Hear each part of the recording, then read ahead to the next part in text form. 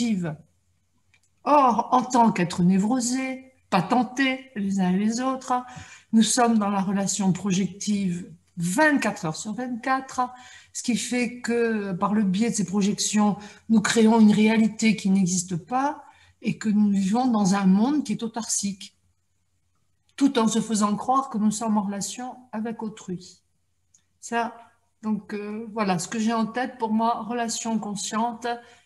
Ce qui s'y oppose, c'est la relation projective. Et l'essentiel de mon travail, dans mes interventions, c'est d'identifier les projections et de faire en sorte qu'elles soient retirées, de manière à pouvoir faire un retour à la réalité, qui est très important parce que autant la réalité amène de la sécurité, autant l'imaginaire nous inscrit dans la fiction.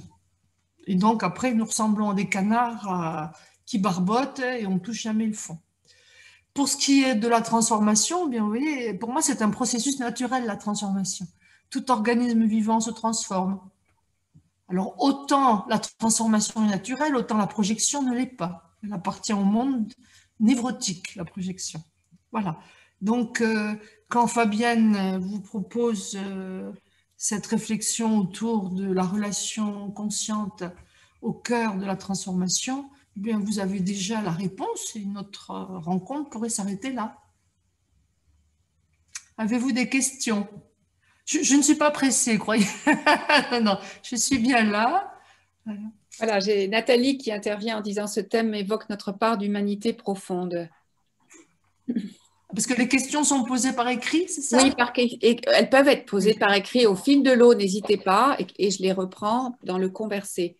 Mais allez-y à l'oral directement. Oui, moi je préfère parce que d'abord, il faudrait que je mette mes lunettes. Alors, une question d'Arga, la relation consciente est-elle possible sans but commun? Oui, oui, la relation consciente, c'est quelque chose qui me concerne. C'est bien moi, en tant qu'individualité, qui projette sur autrui ce que je n'assume pas de moi en général, parce que je suis dans l'ignorance de ce qui me constitue. Il faut bien comprendre que la projection, elle vient de cet inconnu qui est en moi, que j'ignore. Si je fais connaissance avec une profondeur, je vais assumer un certain nombre de matériaux dont je n'éprouverai plus le besoin de me délester sur l'environnement. C'est pour ça que la projection tue la relation, c'est clair. Et je ne sais pas pourquoi la projection, c'est le mode relationnel dominant. Merci Dominique. Puis-je rentrer dans une relation consciente avec les autres si je ne suis pas déjà dans une relation consciente avec moi-même? Eh bien non, justement, je crois que j'ai répondu à cette question, à savoir que tant que je m'évertue, bien inconsciemment, à projeter sur l'environnement les matériaux psychiques qui me constituent, sans en prendre la responsabilité, eh bien, je ne fais que vivre avec mon histoire à moi, et ma problématique à moi. L'autre, dans la projection, il est carrément nié, il n'existe pas. Il n'est pas une réalité, il est un porte-manteau sur lequel viennent se fixer mes projections. C'est ce qui nous rend fous, hein. Et donc, on est plus... La projection... Oui, vas-y. Je dis, la projection amène beaucoup de confusion dans la relation. Parce que je prête à l'autre quelque chose qui m'appartient, tout en lui demandant de bien vouloir changer quelque chose. Donc, ça met de la confusion, et vous savez très bien comme moi que la confusion, c'est ce qui rend les gens fous. Et on est dans une société, dans la culture dominante, les modes de communication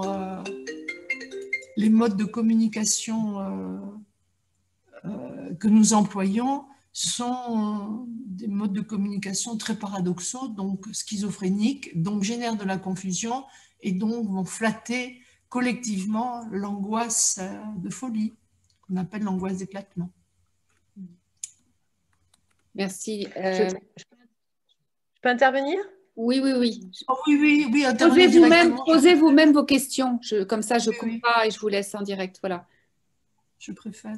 Moi, je souris intérieurement parce que c'est un sujet sur lequel je suis en train de travailler et j'ai cliqué sur des conférences sans vraiment prendre conscience de ce que j'avais choisi là et ça me fait sourire parce que c'est un sujet, la conscience de soi, qui m'intéresse particulièrement en ce moment. Est-ce que quand on est dans le mécanisme de projection, pour reprendre ce que vous dites, en demandant à l'autre de changer quelque chose qui nous appartient, c'est pour moi une forme de mensonge, c'est-à-dire on n'a pas envie de changer. Donc, on fait semblant de vouloir changer quelque chose qu'on envoie à l'autre, dont il n'est absolument pas responsable, mais c'est déjà un mensonge en soi. C'est-à-dire que il me semble que les gens qui sont dans les projections ne souhaitent pas changer. Je ne sais pas si je suis claire. Si, enfin, du moins, il me semble que je comprends le sens de votre question.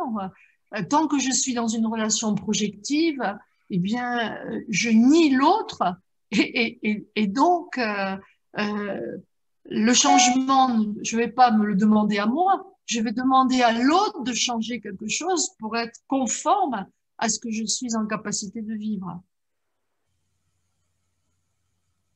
Donc, dans la relation projective, j'ai un projet de changement sur l'autre, pas sur moi. Puisque dans la relation projective, je me déleste de ce qui m'encombre. Ceci est un processus inconscient. Je ne projette pas consciemment. Mais cette zone aveugle qui est en moi, qui est en général qui m'encombre, je m'en déleste sur autrui. Et je vais réclamer le changement. Je vais demander à ce que l'environnement change. Mais moi, je ne bouge pas, je reste statique avec mes zones aveugles. Est-ce que j'ai répondu à la question? Moi, ce que je me demande, c'est une réelle volonté de changer ou c'est simplement purement un exercice égotique qui nous occupe à tourner en rond, parce que si on est sur la projection, on n'est pas dans la conscience de soi et donc du coup, on se ment, quoi, en fait. Il n'y a aucune volonté de changement derrière. Alors, le mensonge est un acte volontaire. La projection est un mécanisme inconscient qui relève de la petite enfance. La projection n'a pas toujours été négative.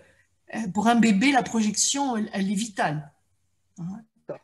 Mais pour un adulte, elle est extrêmement dommageable. Je ne peux pas dire que ce soit un mensonge à soi. Par contre, dans la projection, je nie ce qui m'appartient et par le mécanisme de la projection, je nie l'autre. Il n'existe pas l'autre. Donc, je peux toujours avoir un discours incantatoire de changement. Si je me nie moi et l'autre, comment voulez-vous que ça change? Les choses se consolident. C'est plus clair. J'aime d'habitude les écrans, quand quelqu'un prend la parole, mais je ne sais pas qui je m'adresse là et je ne suis pas à l'aise avec ça. C'est qui me posait une question? Béatrice, avec le nom de Maxime, je suis désolée. Ah, et je suis censée vous voir? Non. Non, je n'ai pas de caméra là. Non, je n'ai pas le bon matériel aujourd'hui. Ceci explique cela, d'accord. D'accord. Ok. Alors justement, il y a une question qui est de comment sort-on de ce mode de fonctionnement de projection?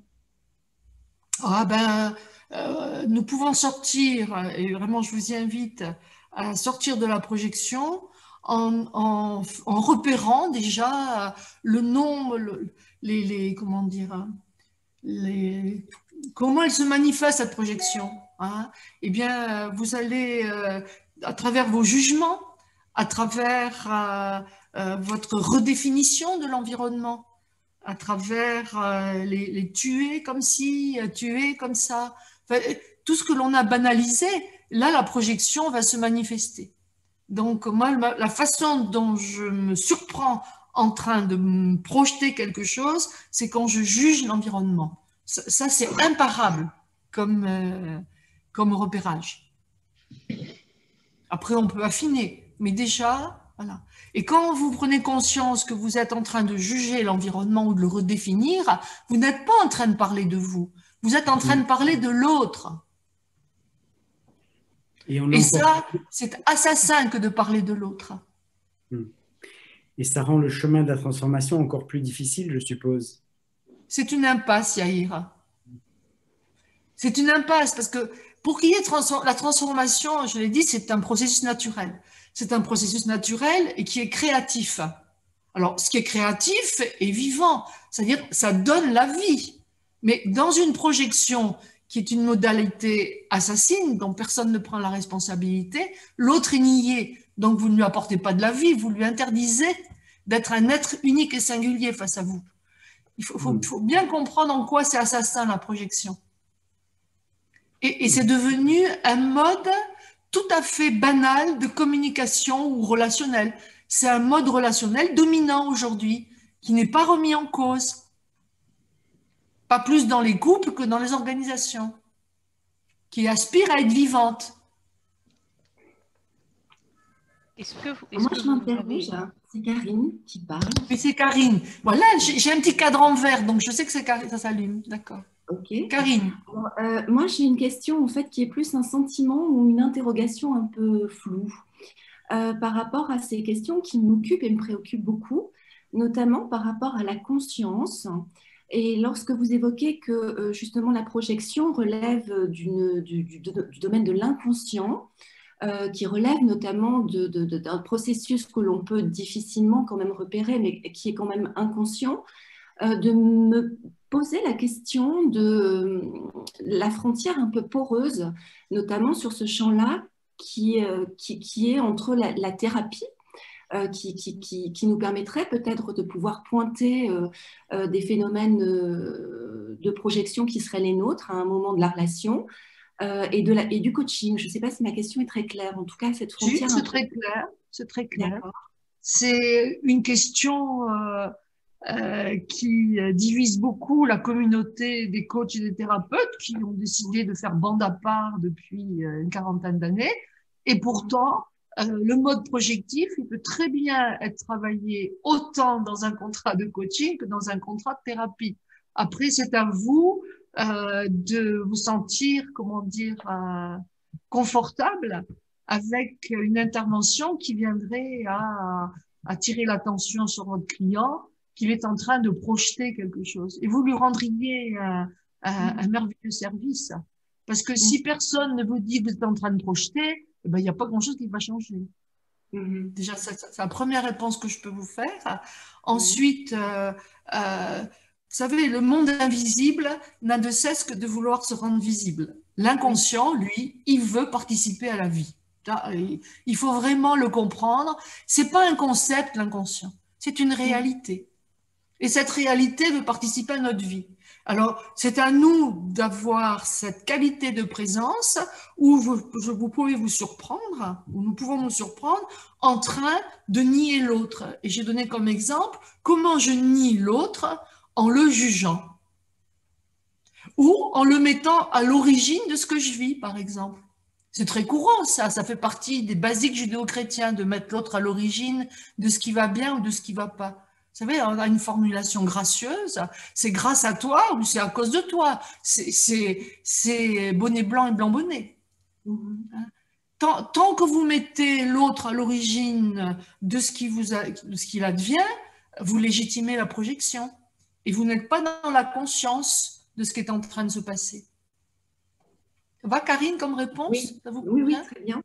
Oui, très bien, mais c'est complexe parce que justement, à partir du moment où ça fait partie de cette réalité du sujet, de dire le problème vient de l'autre et d'essayer de trouver la solution par rapport à l'autre, mais pas par rapport à soi, puisque par définition, c'est inconscient dans notre propre phénomène de fonctionnement. C'est ça, c'est que c'est du coup très complexe. Ah, mais je vais vous confirmer que vous avez opté pour un métier où vous aurez de la complexité plus que vous ne pouvez en assumer. Bien oui, évidemment. mais la complexité, justement, dans cette frontière, enfin, selon moi et pour moi, d'accompagnement thérapeutique ou coaching. Donc, c'est vrai que ça, c'est plus un questionnement propre, en fait. Hein. Oui. Oh, oui. Vous savez, je me suis posé la question il y a 35 ans et moi, il y a longtemps que j'ai opté pour le monde dans lequel je voulais m'inscrire. Hein. Coaching thérapeutique, pour moi, c'était une évidence. Hein. Pourquoi? Parce que d'abord, ça m'a permis d'arrêter de diviser le monde en deux, hein, qui n'est pas une vertu de la conscience. La conscience, elle a cette qualité-là, c'est qu'elle voit la concomitance des situations. que le fait de diviser entre coaching et thérapie va compliquer les choses alors que vous êtes déjà confronté à la complexité. Et c'est à vous vraiment de décider dans quel monde vous voulez vous inscrire. Parce que vous pouvez très bien, en tant que coach, ne pas employer le mot projection s'il a des résonances thérapeutiques, voire psychothérapeutiques. Mais pour moi, un coach, il a à faire des interventions thérapeutiques, pas forcément psychothérapeutiques. Et une intervention thérapeutique, c'est quoi? C'est une intervention qui va prendre en compte, qui va prendre soin de cet invisible qui se rend visible. D'autres diraient l'esprit qui se manifeste dans la matière. Voilà. Et que vous pouvez très bien accompagner un de vos clients en lui disant, écoutez, voilà, face à une situation que vous dénoncez, ce serait intéressant d'aller voir comment vous y contribuez, consciemment ou inconsciemment. Parce que chacun contribue à une situation qu'il dénonce. Quand je dis dénonce, c'est-à-dire il y a une situation qui ne me convient pas, moi je trouve intelligent d'aller voir comment je contribue. Alors consciemment, ok, mais il y a toute la contribution inconsciente. Et c'est celle-là qu'il faut aller travailler. Et je ne vois pas pourquoi ce serait réservé uniquement aux thérapeutes. Le métier de coach, moi ça fait 35 ans, je fais partie des premières générations de coach. J'ai toujours su et été formée dans la perspective que c'était bien c'est encore mieux pour être un coach, d'avoir un bagage psychothérapeutique. Pourquoi est-ce que les écoles de coaching demandent à chacun et chacune de faire un travail sur eux? C'est bien pour éviter les projections sur ses clients quand même. Peut-être que ça s'est perdu en cours de route dans les formations des uns et des autres, mais si vous ne travaillez pas ces matériaux-là, eh bien, il y aura zéro changement. Ça répond à votre question? Oui, complètement. Je partage complètement. Je suis d'accord. Merci beaucoup. Ok. Oui, d'autres questions? Oui, Delphine. Oui. J'avais plusieurs questions. Bonsoir à toutes et tous. Bonsoir Dominique. Plusieurs questions en vrac parce qu'il y a beaucoup de choses qui me sont arrivées. Et le coaching thérapeutique, c'est ce que j'ai envie de faire. Je me suis formée au coaching professionnel. Je me forme à la thérapie. Je n'aime pas l'idée de devoir distinguer. Pour moi, c'est une seule et même approche. Et je m'interrogeais, oui, très bien. Et je m'interrogeais quand vous parliez sur à quel moment, quand vous dites qu'on est rarement dans un niveau, vous n'avez pas dit rarement, qu'on n'est pas dans un niveau de conscience. Je vais reprendre mes questions. Tout arrive d'un coup là. La relation consciente. La relation consciente, c'est une relation qui inclut les polarités. Voilà. À quel moment cette relation consciente, on l'a par moment. On l'a pas jamais. Il y a des moments, moi j'ai l'impression d'avoir une relation consciente avec moi-même. Oui. J'ai pas l'impression que c'est une vue de l'esprit que de penser par moment, à certains moments, que j'ai cette relation consciente. Comment savoir? La question est de savoir quand est-ce que vous savez que vous êtes consciente? Oui. Mais il n'y a que vous qui pouvez y répondre. Hein. Okay, j'ai déjà bien du mal à répondre à la question. Oui. Non, c'est pas difficile. Je vais vous dire pourquoi. Parce que là, vous savez que vous êtes... Comment vous savez que vous êtes vivante? Je le sais, mon cœur bat. Ben voilà. Vous savez que vous êtes vivante parce que vous avez des sensations. Vous savez que vous êtes vivante parce que vous avez des oreilles qui entendent, que vous avez des yeux qui voient, que vous avez un toucher qui vous permet de savoir si c'est froid, si c'est chaud, voilà. Je sais un peu. Donc, comment je sais que je suis consciente? Parce que j'ai un corps qui m'y autorise. Déjà. Donc, c'est pas une nébuleuse, la conscience. La conscience est une expérience que nous faisons au quotidien, y compris de jour comme de nuit pour moi. Hein. Oui, la conscience est toujours en activité. Par contre, nous avons des, comment dire, nous sommes identifiés à un moi qui, lui, fait obstacle à la conscience. C'est-à-dire que au lieu de se sentir vivant dans une relation, par exemple, c'est ce que j'appelle une relation vivante. Pour moi, une relation conscience, c'est une relation qui est vivante. C'est une relation donc qui est érotisée. Elle n'est pas sexualisée, elle est érotisée. C'est-à-dire que si je peux me réjouir d'être qui je suis dans les yeux des autres, de celui qui ou de celle qui me regarde, je me sens vivante. Mais si je commence à calculer la relation en disant qu'est-ce que je dois faire pour pas déplaire, pour pas faire de mal, pour être acceptée, je suis en train de penser la relation et à partir de là, la relation n'est pas vivante. C'est clair? Oui. Et nous avons été éduqués depuis de longues dates, nous avons été éduqués pour être conforme à ce que l'autre attend de nous. Ça ne fait pas une relation vivante. Et quand on réussit, je ne sais pas, est-ce que c'est le fait de se rapprocher le plus possible de ce qui est notre propre nature, notre propre authenticité, notre propre moi, dans ce qu'on est, qui permet d'être mieux encore dans la relation avec l'autre, en relation consciente avec l'autre? Voilà, moi je ne cherche pas à être mieux dans la relation avec l'autre. Oui. Pour être en relation avec l'autre, ça suppose que je cesse de mettre à distance quelque chose au-dedans de moi. Oui. Tout ce que je mets à distance entre moi et moi, met l'autre à distance. Je vous donne un exemple très simple. Avec votre client, là, vous vous sentez, vous voyez, vous êtes crispé devant votre client, vous vous sentez frileuse, voilà. Bon, si vous êtes éduqué comme la culture dominante demande, vous allez faire la main basse là-dessus et vous allez faire quelque chose de poli, courtois, etc.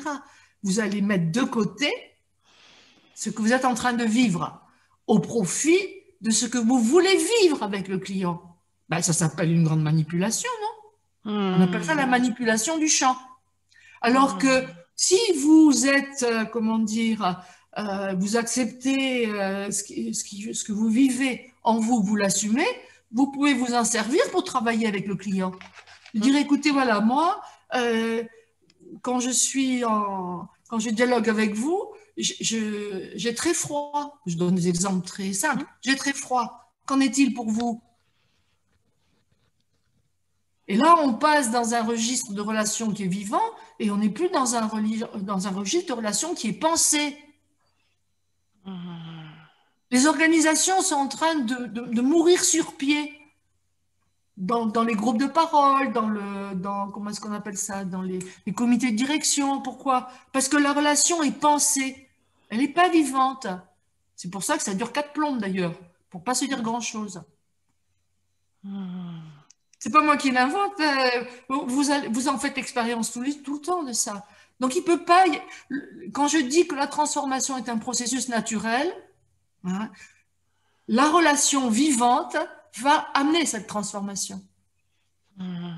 C'est pas une affaire de volonté ou de vouloir. Ce qui est vivant se transforme. Est-ce que vous merci Dominique, et j'en ai encore une, je laisse. Est-ce que vous avez pu constater des organisations, des formes d'organisation qui réussissent à être de mieux en mieux, de plus en plus vivantes dans des relations conscientes? Je me suis employée dans différentes organisations à proposer d'expérimenter cela. Bien sûr. Quand il s'agit de vous, vis-à-vis de miracle pour autant. Comment vous dites? Je n'ai pas obtenu de miracle pour autant. Voilà. Mais au moins, il y a des graines qui ont été semées et il y a des personnes qui ont capté l'intérêt de ça. Parce que vous pensez bien que ça se passait dans l'organisation, elles y ont vu l'intérêt pour les couples et pour les familles. Un être névrosé, Delphine, il est fâché avec la vie. Et il se contente de survivre. Et pour survivre, qu'est-ce qu'il fait? Il va développer des stratégies, il calcule. Il calcule la vie au lieu de la vivre. Voilà. Je pourrais dire ça comme ça. Et quel conseil pour le tout un chacun? Conseil, vous aimez peut-être pas trop le mot. Quel appel, quelle invitation faire pour avancer sur ce chemin quand on a la volonté? je propose de faire l'expérience. Mmh. Mmh. Mmh. In vivo, tout se passe dans l'expérience. Sinon, ça reste quelque chose de pensé. Oui. Pour moi, le coaching, je l'investis comme étant une relation vivante. Oui. Merci. Je vous en Vous prie. posez une question ou je sais pas. Ouais. Tout à l'heure, vous avez dit que la relation projective, c'est aujourd'hui la relation dominante. Et ça laissait entendre un peu pour moi comme si c'était un peu différent autrefois ou que ça a augmenté. Donc voilà, j'aimerais bien savoir votre idée là-dessus. Est-ce que c'était toujours comme ça ou est-ce qu'il y a vraiment des choses qui ont changé? Et puis l'autre chose qui m'intéresse aussi, tout à l'heure, vous avez dit que la projection est vitale pour l'enfant. Oui. Peut-être vous dites un peu plus et à quel moment justement ça devient plus vital mais au contraire nocif, c'est à quel âge ou à quel moment, voilà, oui, qu'est-ce qui se passe que voilà, on ne se rend pas compte et les gens restent projectifs. Oui. Oui. Merci pour ces deux questions. Alors, je réponds à la première. Quand je fais référence à la culture dominante, c'est une culture qui domine, c'est séculaire. Hein. La culture dominante, elle privilégie encore au XXIe siècle la relation dominant-dominé, qui est une relation qui obéit à la psyché inférieure. C'est très archaïque, la relation dominant-dominé. C'est une relation qui s'inscrit dans le domaine pulsionnel, dans le domaine de, je défends mon territoire comme un animal. Voilà. Il semblerait qu'avec tous les métiers d'accompagnement qui émergent depuis maintenant une vingtaine d'années, il y ait une aspiration à s'affranchir de cette relation dominant-dominé pour aller se diriger vers une relation humaine. Hein? Donc,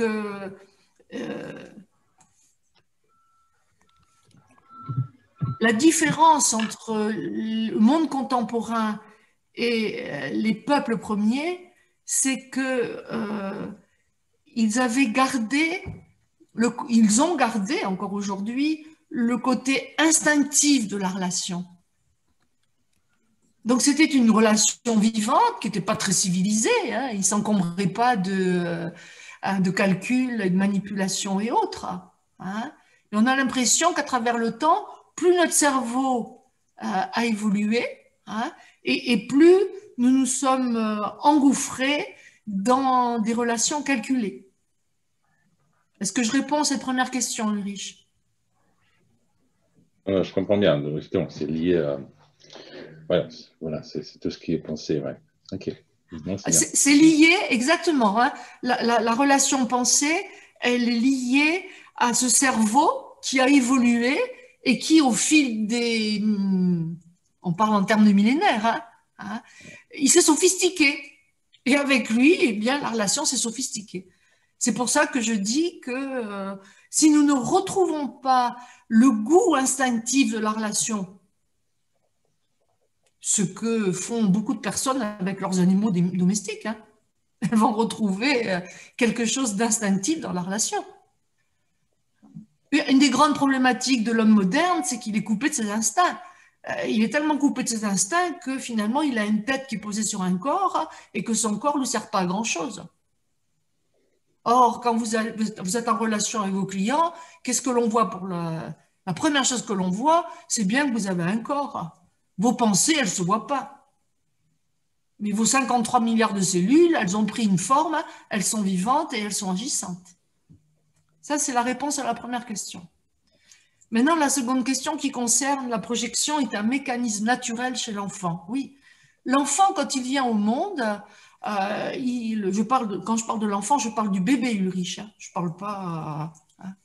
Alors, le bébé, quand il arrive au monde, ben, lui, il n'a pas un mois construit. Hein. Il ne sait pas ce que c'est que je, il ne sait pas ce que c'est que nous, il ne sait pas ce que c'est que moi.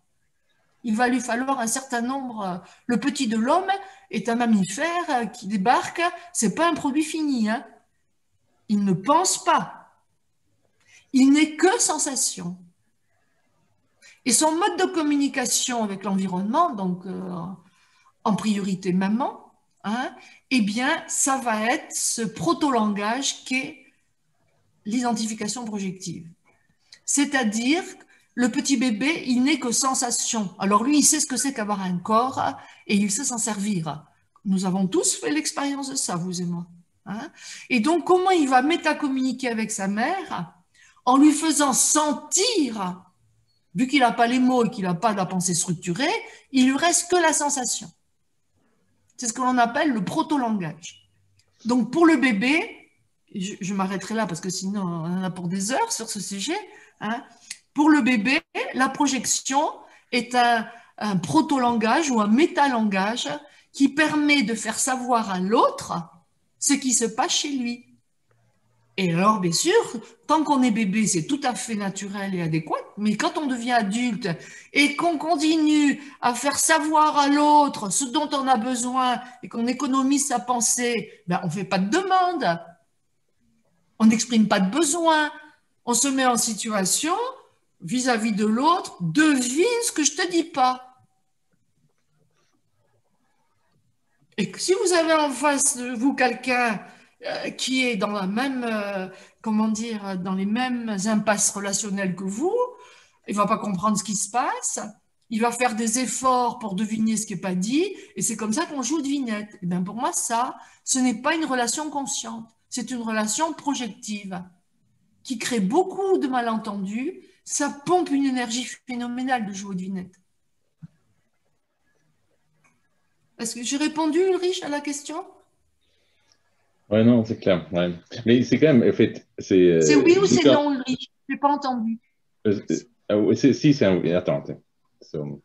Si, c'est bien compris. Mais, ok. Non, merci. C'est bien.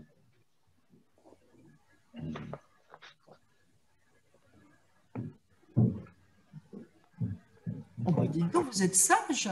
Ouais. Alors, il y a une question que je peux rapporter maintenant, que tu as commencé à répondre, mais je suis sûre que chacun est très intéressé et peut-être qu'il peut y avoir des situations concrètes qui peuvent être partagées. C'est comment, alors, je pose la question telle qu'elle est posée par Nathalie, comment faire prendre conscience à nos clients qu'ils sont dans ce mode de fonctionnement projectif. Donc là, tu as parlé tout à l'heure du jugement, tu as parlé aussi du travail. Tu as évoqué, et ça je pense que c'est important, le travail sur nos projections, sur nos identifications, et peut-être de parler de l'impact et de la transformation que l'on opère en nous, donc et comment ça impacte aussi déjà notre clientèle, celle qui vient vers nous, et puis le travail qui se fait à travers nous. Je réponds à ta question. Elle vous intéresse, cette question? Oui, ok. Donc, oui. Je serai d'autant plus à l'aise pour accompagner mon client sur l'identification de ses projections que je me serai familiarisée avec mes propres projections. C'est pour ça que toutes les écoles de coaching vous envoient en thérapie, et si vous avez un thérapeute qui est digne de ce nom, il va vous confronter sur le comment vous projetez à l'extérieur de vous ce que vous n'assumez pas au-dedans de vous. Déjà. Donc, ça, c'est la première partie de ma réponse. La deuxième, c'est une fois que je suis familiarisée à cette définition de la projection, eh bien, je vais contractualiser avec mon client, lui dire, je ne vais pas le confronter comme ça, je le contractualise, je lui dis, écoutez, ma façon de travailler avec vous, hein, ça va être de vous amener à être conscient de comment vous contribuez à une situation dont vous vous plaignez. Ben, vous savez bien que 100% de vos clients, ils vous appellent pour obtenir un changement d'une équipe qui ne leur donne pas satisfaction. Donc, vous voyez bien que demandez-lui déjà sur quoi vous vous basez pour dire que vous êtes insatisfait. Et là, vous allez voir la palanquée de projections qu'il va mettre à votre disposition. Donc, il va... pour moi, c'est une question après d'éthique dans mon métier. Hein. Je ne vais pas contractualiser une demande de changement sur autrui. Je vais contractualiser sur quoi il se base pour dire que l'équipe qu'il a dans le collimateur dysfonctionne. Parce que la majorité des demandes de changement pour lesquelles vous allez être sollicité, hein, c'est une demande de changement des autres pour que ça devienne confortable pour le commanditaire. Donc là, vous savez tout de suite qu'il y a une projection. Quand il y a un projet de changement sur une équipe, ça a à voir avec le fait qu'il y a quelque chose dans l'inconscient du commanditaire qui n'est pas vu, c'est une zone aveugle. Et moi, je trouve que nous sommes dans un métier qui doit éclairer les zones aveugles. Sinon, il n'y a aucune transformation. À ce moment-là, vous faites de la formation, vous faites de la consultance, mais vous n'êtes plus coach, qui a vocation à faire des interventions thérapeutiques. J'insiste. Est-ce que je réponds à la question? Fabienne, j'ai répondu à la question? Oui, merci. Oui. Et en fait, c'était pas moi qui l'a posée, mais si vous... Oui, j'ai bien compris, mais... Voilà, continuez à la... mais c'était très précis et très clair, et c'est ça qui est important. Ok, Nathalie. Voilà. Oui, ça m'a beaucoup aidé. Voilà, je suis dans la relation, d'accord? Alors déjà, Zoom avec des petits timbres poste là, c'est un peu difficile. Si je ne sais pas à qui je réponds et que je passe par un intermédiaire, ben, il y a une triangulation qui ne permet pas la relation vivante. Vous voyez? Et donc, je vois bien ce que ça me fait vivre et je me sers de ce que ça me fait vivre pour être en relation avec vous. Sinon, vous allez vous ennuyer. Hein. Au bout d'un quart d'heure, vous allez dire, bon, hop, hop, terminé. Okay. Allez, osez poser vos questions parce que moi, j'ai plein de réponses que je ne connais, dont je ne sais même pas qu'elles sont en ma possession. Vous parliez de monde invisible tout à l'heure. Oui, Delphine. J'ai noté, j'essaie de retrouver rapidement. À quel moment vous avez dit ça? Je me suis posé la question de, voilà, le monde invisible, c'est celui qui veut se rendre visible. C'est ça. Et quel lien vous faites avec la relation consciente de ce monde invisible?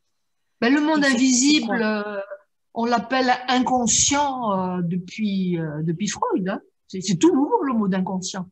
Les cultures et les civilisations qui nous ont précédés parlaient que de la conscience.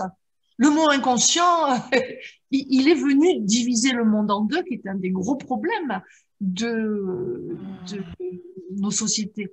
Hein, notre pensée est divisée, elle est plus que polarisée aujourd'hui. Donc le monde de l'invisible, c'est le monde de l'inconscient. Et pour moi, le monde de l'invisible, c'est aussi le monde de la conscience, sauf que c'est une conscience à laquelle nous n'avons pas accès, puisque nous nous efforçons de l'ignorer.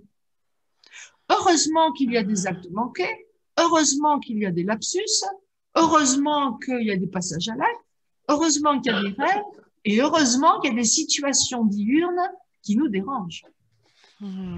Parce que là, l'invisible se rend visible. Après, il s'agit de l'assumer. Ma réponse vous convient, Delphine? Oui, très bien, très bien. Merci. Vous êtes curieuse. J'ai l'impression que vous êtes dans un appétit que je ne vais pas arriver à contenter pendant 2 heures toujours. Hein. Si, j'avance, merci. Ok. Merci.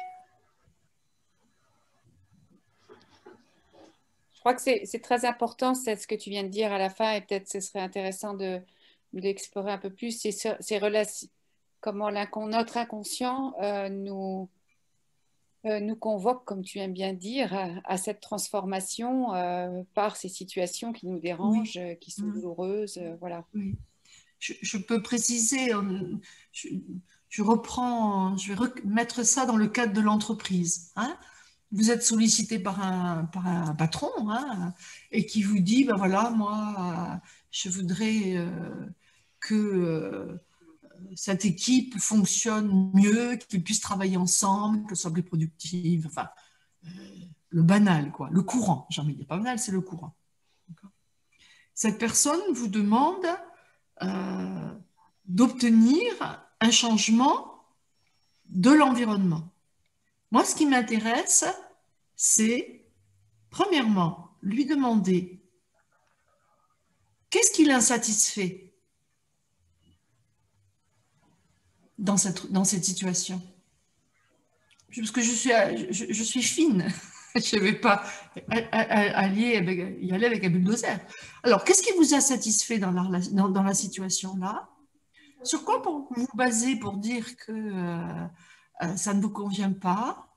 Voilà. En quoi ça déroge? Le mode de fonctionnement de cette équipe, en quoi il déroge à vos critères? Vous pourriez me parler de vos critères? Vous voyez? Et petit à petit, vous pouvez amener la personne à prendre conscience qu'en fait, elle est fidèle à une représentation, que si elle colle à cette représentation, elle va se sentir en sécurité. Et donc, ça va légitimer qu'elle a un projet de changement sur les autres. Et vous savez que quand on a un projet de changement sur les autres, on va leur demander, non pas d'être qui ils sont, mais on va leur demander de devenir conformes à ce que nous voudrions qu'ils soient. Et ça met tout le monde dans l'impasse. Et c'est comme ça que les conduites de changement virent en autre boudin. Ce n'est pas un problème parce qu'on peut quand même facturer. Mais pour moi, il y a quelque chose qui n'est pas écologique du tout. Donc, je vais envisager la situation externe comme étant le cauchemar du commanditaire. Je vais regarder ça comme un rêve. Qu'est-ce qui ne vous plaît pas dans cette situation? Alors, je vais reposer les questions que j'ai fait là, puis tout d'un coup, je vais lui dire, mais pourriez-vous envisager quelques instants que c'est vous qui l'avez créée, cette situation? Et que vous l'avez créée parce que vous avez besoin de rencontrer quelque chose de vous qui participe d'une de vos zones aveugles. Et là, je peux vous assurer que quelque chose commence à changer dans son cheminement. Bah, bien sûr qu'il y a des réfractaires qui vont me dire « mais bien sûr que non, je n'ai pas voulu ça ». Je dis « mais prenez-le comme hypothèse de travail, s'il vous plaît ». Parce que finalement, ce que vous craignez le plus, ce que vous redoutez le plus, est en train de s'actualiser dans la situation. Et si la situation ne parlait que de vous, elle dirait quoi? Vous voyez, il y a plein de questions à notre disposition qui sont suffisamment élégantes et pertinentes pour être entendues et acceptées. Et là, vraiment, vous accompagnez votre client dans la transformation de quelque chose parce qu'il va retirer ses projections. Et si tous les patrons du monde retiraient leurs projections, je vous assure que les équipes fonctionneraient de manière beaucoup plus fluide.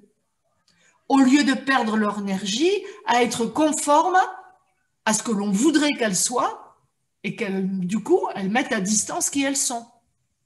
Un être vivant est un être créatif. Un être suradapté, c'est-à-dire qui est conforme à ce qu'on attend de lui, eh bien, il perd quasiment 80% de sa créativité parce qu'il est plus vivant, il est conforme. Est-ce que vous commencez à percevoir l'intérêt de la relation consciente?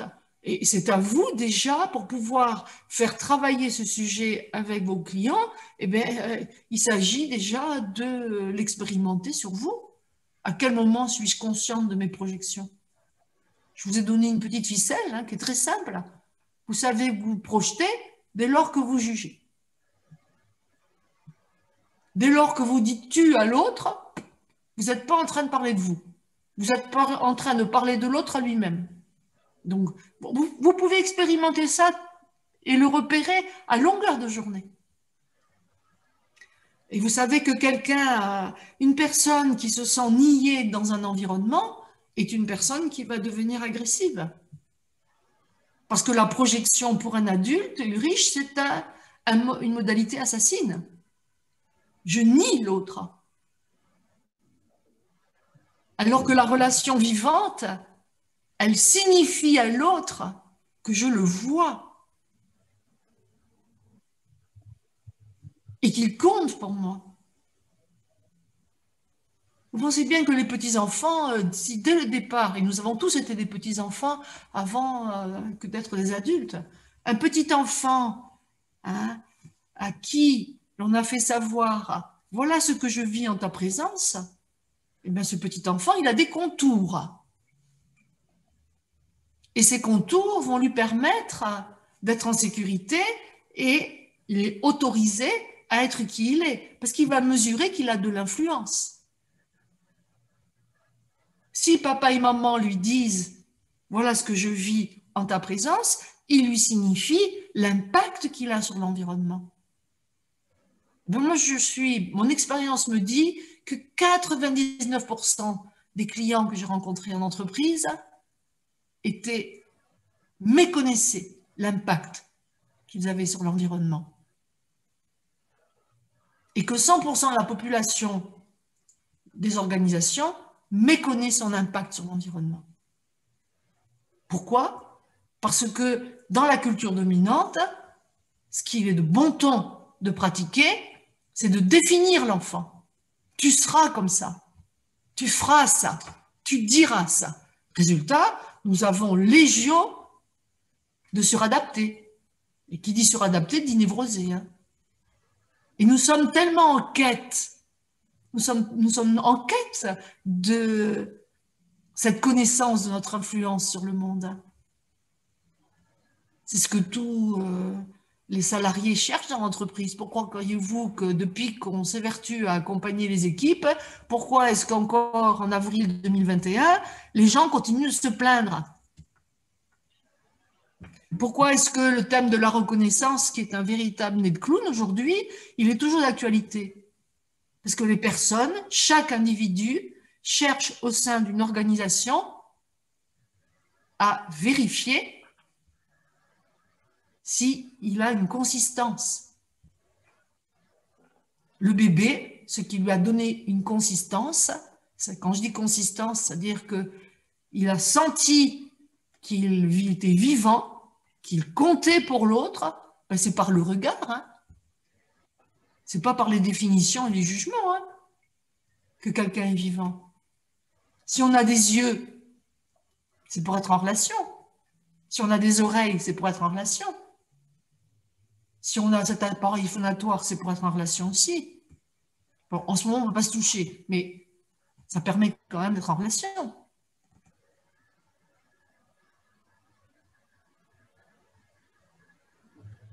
Est-ce que c'est clair hein? Où je vous ai semé? Parce que là vraiment, j'ai une légion d'anges. Alors, ou vous êtes suradapté, ou vous êtes déjà des êtres éveillés. Oui, exactement, Anne. Mais c'est ça que je vois vu d'ici. En plus, je vous vois en tout petit, donc... Effectivement, je vois bien ce dont tu veux parler. Peut-être une question sur l'état névrotique. Parce qu'en fait, finalement... les psychiatres considèrent que c'est l'état tout à fait normal. Donc, est-ce que l'état conscient, c'est juste d'être un peu conscient de ces névroses? Oui, oui, mais ça ne suffit pas. Déjà, c'est déjà pas mal. L'état névrotique, c'est quoi? C'est ce mécanisme qui consiste à déformer la réalité. Hein? Et cette déformation de la réalité va nous plonger dans un monde qui n'existe pas. Donc, il va nous mettre dans l'insécurité. Alors, être conscient de ces névroses, c'est une chose. Et si je suis consciente de mes névroses, eh bien, je vais aller les traiter, j'aime pas beaucoup ce mot-là, mais je vais aller, oh, non, c'est pas vrai. Je vais aller voir de quoi il en retourne, hein, auprès d'un thérapeute, pour faire un retour à la réalité. Mais la conscience, elle n'est pas névrotique. Pourquoi est-ce que nous sommes des êtres névrosés? C'est la question d'origine à se poser. Nous sommes des êtres névrosés parce qu'il y a eu cette mise en conformité avec les exigences de l'environnement. Et que l'environnement, au lieu d'accueillir le bébé dans ce qu'il a d'unique et singulier, il lui a tout simplement demandé d'être un autre. Et l'enfant, pour ne pas se sentir rejeté et abandonné, il s'est exercé à devenir un autre. Personne n'est jamais arrivé à atteindre cet objectif, mais on peut toujours se faire croire. Anne. Et ça participe de l'angélisation ou de l'idéalisation de l'être humain. Je parlais tout à l'heure d'un cerveau très sophistiqué. Nous avons eu des modes éducatifs très sophistiqués qui ont privilégié le civilisé et qui ont mis de côté l'instinctif. Résultat, nous sommes devenus des grands penseurs qui n'ont plus de corps. Et donc, la conclusion, c'est que si je pense et que je n'ai pas de corps, eh ben, la relation ne peut pas être vivante. Elle est pensée. Justement, c'est une question entre le civilisé et l'instinctif, parce que mon interrogation, c'est comment on articule toutes ces... Comment on fait vivre ensemble, en fait, toutes ces personnalités parfaitement conscientes et créatives, parce que le civilisé, il a quelque chose de... alors, c'est certainement trop normatif, mais il doit orchestrer, en fait, des communautés de vie. Donc, comment est-ce qu'on conjugue l'individuel et le collectif, en fait? Pour moi, il ne s'agit pas de conjuguer, il s'agit de cesser. Il y a la partie civilisée et la partie instinctive. Voilà. Le problème d'un être névrosé, c'est qu'il met en conflit ces deux parties. La conscience, non. La conscience, elle a intégré l'évolution. Donc, elle vit la concomitance de ce qui est instinctif et de ce qui est éducatif, du moins civilisé. C'est pour ça que j'insiste sur la relation consciente. Hein? La relation consciente, elle a intégré que dans la condition humaine, tout est polarisé. Hein? Enfin, je ne sais pas dans quelles conditions humaines vous vivez, mais moi, je vis dans les polarités 24 heures sur 24. La nuit, le jour, il y a la partie honnête, il y a la partie malhonnête, il y a la partie visible, il y a la partie invisible, et ainsi de suite. C'est infini, ça. Hein? C'est pour ça que la conscience n'a pas de morale. Pourquoi? Parce qu'elle a intégré les polarités. Par contre, le moi conscient auquel je suis identifié, lui, divise le monde en deux. Il y a ce que j'aime en moi et ce que je n'aime pas de moi. Alors, ce que je n'aime pas de moi, qu'est-ce que j'en fais? Hop, je le mets dans le coffre arrière, c'est-à-dire je le mets à distance. Mais ce que je mets à distance, que je crois avoir supprimé, mais ce n'est pas supprimé. Hein? Ça vit sa vie sans moi. Et ce qui vit sa vie sans moi se projette sur l'environnement de la manière la plus naturelle qui soit. Et c'est très dommageable. Donc, l'intérêt de développer sa conscience, ça veut dire quoi la conscience? C'est arriver à avoir une posture où j'intègre les deux polarités et je cesse de les mettre en conflit. Ce qui fait que la conscience, elle n'est pas réservée uniquement aux yogis. Elle est accessible pour chacun d'entre nous. On n'est pas obligé de se mettre sur un coussin en position de méditation pour arriver à cette qualité de conscience. Alors moi, je voulais vous poser une question. Je crois avoir compris tout à l'heure que vous évoquiez que la projection, finalement, déformait d'une certaine manière la réalité. C'est bien ça? Vous évoquiez la réalité qui était déformée. Oui. La névrose déforme la réalité et le mode projectif chez un adulte renforce l'état névrotique. Donc, déforme la réalité. Alors, moi, je me demandais finalement quelle définition on pouvait donner dans ce contexte-là à la réalité. C'est quoi la réalité dans ce contexte-là? Comment on peut la définir, cette réalité, dans un monde où on est tous en communication? Et je m'interroge aussi sur finalement la place de l'intersubjectivité en lien avec tout ça. Très bien, c'est une excellente question. Déjà, vous distinguez bien la réalité d'avec la vérité. D'accord? Oui. La vérité, elle est du registre de la croyance, du dogme, de l'idéologie, etc. La réalité, elle est du domaine sensoriel. D'accord. Karine, il y a une caractéristique de la condition humaine, c'est que tout organisme vivant fait l'expérience de l'individualité. Que ce soit une fourmi ou un être humain. Nous sommes tous dans une forme où il y a quelque chose qui se passe. On ne sait pas définir ce qui se passe. Je l'appelle l'invisible, d'autres l'ont appelé l'inconscient, d'autres l'appellent l'esprit, d'autres l'appellent l'âme. Enfin bref, je ne vais pas rentrer dans ce sujet-là parce que ça me passionne, mais je ne vous répondrai pas à votre question pour autant. D'accord? Donc, il faut voir que nous sommes dans la réalité grâce à notre corps. Notre corps nous permet d'être présents, d'être conscients, et nous avons à notre disposition des sens qui permettent de développer au moins une conscience objective. C'est-à-dire que je peux dire si j'ai chaud, si j'ai froid, si je suis tendu, si je suis détendu. Voilà. C'est très important, ça. Ça participe. L'intelligence sensorielle est quelque chose que l'être humain a mis de côté à son détriment. Et puis après, il y a une conscience subjective. C'est toujours de la conscience, mais elle a un niveau juste au-dessus. Et cette conscience subjective, elle parle de quoi? Elle parle de l'affectif, de l'émotionnel et des mémoires. Et de la mémoire, voilà. La question est de savoir, mais cette conscience subjective, elle est issue de l'expérience sensorielle que je fais dans ce corps unique et singulier. Là où vous êtes unique et singulière, Karine, et c'est une très bonne nouvelle pour chacun d'entre vous, c'est que vous êtes la seule à sentir ce que vous sentez dans votre corps, à voir ce que vous voyez, à entendre ce que vous voyez. C'est notre espace de liberté, il est là. Et ça, moi j'y tiens beaucoup parce que c'est incontestable. Ce que je vis, je suis seule à le vivre. C'est pour ça que l'on dit, dans ma filière, que la puissance du féminin est dans le corps.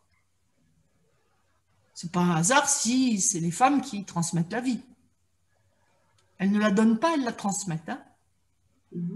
Elles sont câblées pour ça. Donc, je réponds très clairement à votre question, qui est que cette intelligence sensorielle m'inscrit dans la réalité. Et que si je m'appuie sur cette réalité, mais j'ai une boussole interne extraordinaire. Pourquoi est-ce que 3/4 des gens sont paumés dans la vie? Ils ne savent pas où ils sont. Ils sont sans arrêt en train de demander l'heure à l'extérieur d'eux-mêmes. Parce qu'ils sont externalisés. Ils ne sont pas dans leur corps. Et donc, si je ne suis pas dans mon corps, je ne sais pas où je ne suis pas présente et je ne suis pas en sécurité.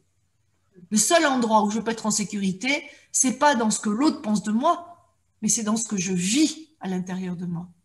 C'est pour ça que beaucoup de traditions avant la nôtre ont considéré que le corps était notre meilleur laboratoire. Pour d'autres, c'est un temple qui se respecte, pas qui se déserte. Nous l'avons déserté. Enfin, quand je dis nous, je parle de la société, du monde moderne. Nous avons déserté le corps au profit de l'image. Nous avons déserté la sensation au profit de l'image. Et quand on voit cette pandémie qui est la tyrannie de l'image, ça parle bien de quoi? Ça parle bien du mode projectif. Parce qu'une image, c'est une projection. Donc, c'est une civilisation, l'image, aujourd'hui, qui est le reflet, qui est cohérente avec la problématique dont nous parlons. Là. Mais ça touche aussi peut-être la pensée, dans la représentation. La pensée, la place de la pensée. Dites-en plus, Karine, pour que je comprenne. Par rapport à la représentation, lorsque vous évoquez en fait que l'image, ou l'image, justement, cette projection d'image, vous évoquez la sensation, le corps et la pensée finalement. il y a aussi une forme de la place de la pensée dans la représentation que l'on se fait peut-être aussi de tous ces messages qu'on a pu recevoir, qui fait qu'à un moment, on pense ce qu'on est. Enfin, je ne sais pas comment l'exprimer, je ne sais pas si vous me suivez. Oui, je vous suis. Alors déjà, si je me dis c'est pas mal entendu, moi je me réjouis de pouvoir penser. Oui. Donc je suis pas fâchée contre la pensée. Je suis fâchée, si je puis dire ça, contre l'exclusivité qui est donnée à la pensée. Et quand on a une pensée exclusive et qu'on a une pensée focalisée, eh bien, ça veut dire que nous ne sommes pas ouverts à la conscience. Hein? Parce que la pensée focalisée va donner justement de l'idéologie, du dogme, et toutes sortes de croyances et de représentations. C'est l'usage que je fais de la pensée.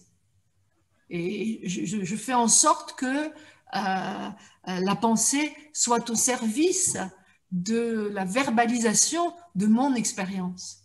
Mais si j'utilise le mode pensée pour juger l'autre, là, il y a un dérapage dans l'usage. Merci. J'aime beaucoup les questions. Donc, à nouveau, Delphine, si oui, personne... Delphine. Oui, une question sur tout ce qui est énergétique, Dominique. Oui. Moi, je suis praticienne Reiki niveau 2 et je découvre avec bonheur l'énergie, les choses qui se ressentent. Vous le mettez plutôt, comment intégrez-vous ces aspects énergétiques du lien qu'on peut avoir avec soi, avec l'autre? Je ne sais pas. Voilà, je sais pas comment. Je crois que je ne parle que de ça, même si je suis pas je suis pas formée Reiki et je me suis pas vraiment pas du tout intéressée à la chose. Hein. Je considère que quand je parle d'une relation vivante, ou érotisée, je parle d'une relation où l'énergie circule. Hein. L'univers, le monde dans lequel nous vivons n'est qu'énergie. Oui, hein. oui. Cette énergie, quand elle est rapatriée au niveau du psychisme humain, on l'appelle libido. Hein. Et Freud, la libido, pour lui, c'était, il l'a cantonné à l'énergie sexuelle.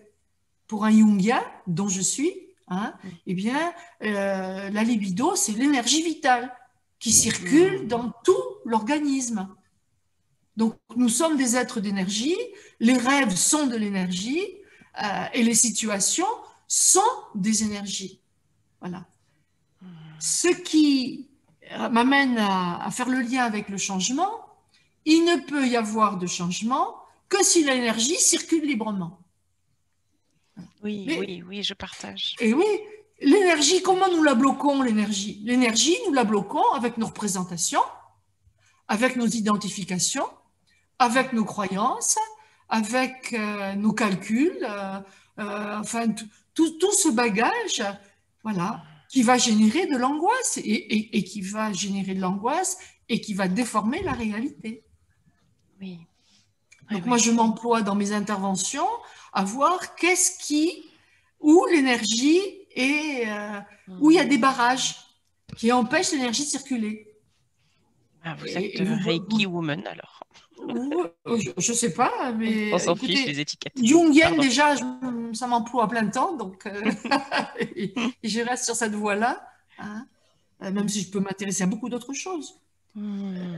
Cette énergie-là, dans une organisation qui vous sollicite pour comment dire, accompagner le changement. Bon, en termes clairs, la version originale, c'est l'énergie est bloquée.